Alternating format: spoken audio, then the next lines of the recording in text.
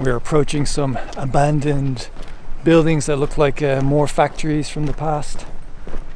It's again hard to say. There's like signs of people around here, like as though they're partly in use, like storage warehouses, but they don't really look like they are being used for their original purpose. We're huge fans of film and photography, and it's also a passion of ours to take photographs and to document our travels and film along the way. This is a really good place for urbex photography and film.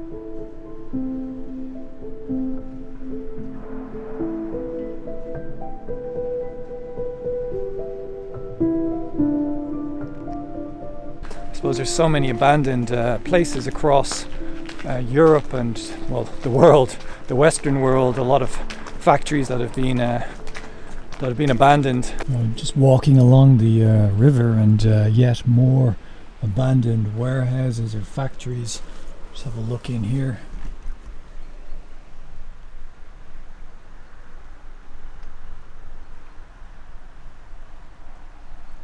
It's really strange, actually. There's a children's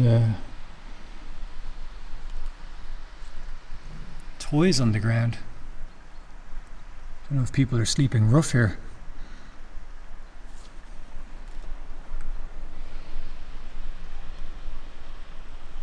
It looks like people were sleeping rough. Definitely nobody around. Yeah, it's really sad to think of people sleeping rough in such places.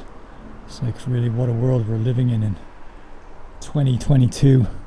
These days there's obviously so many people that are homeless, and there's obviously a huge number of immigrants, refugees, and people coming into Europe and into Italy. A lot of people living illegally here, which is really sad, and probably having to sleep in such horrific conditions. Yeah, definitely not easy to think about or to see, really.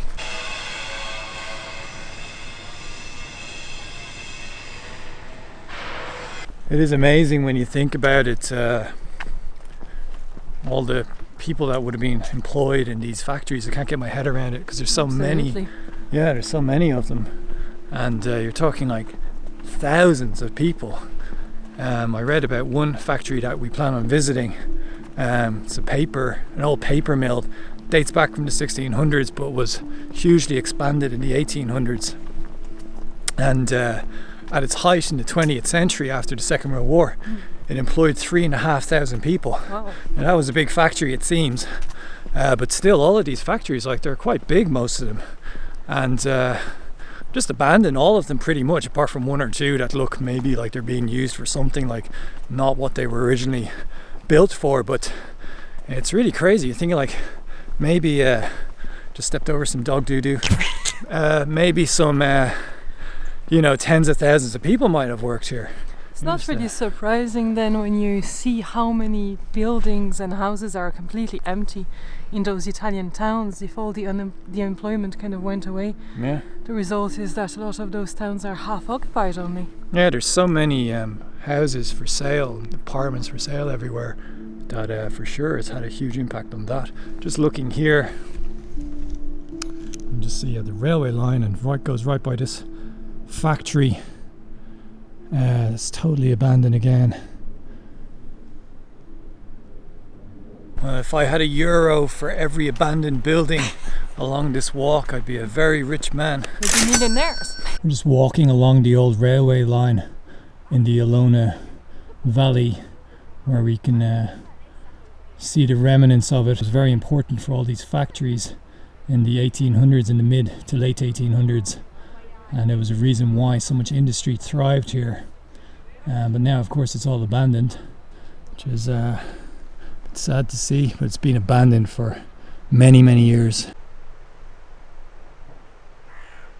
There's so much urban decline everywhere around here, it's quite something.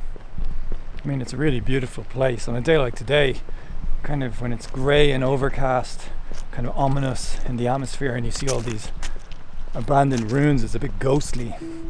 Not really in the paranormal sense, but more so in the sort of evocative way. It just sort of shows what you can feel the atmosphere, you can feel the past, the history more, I suppose, on days like today when it's all grey and cloudy.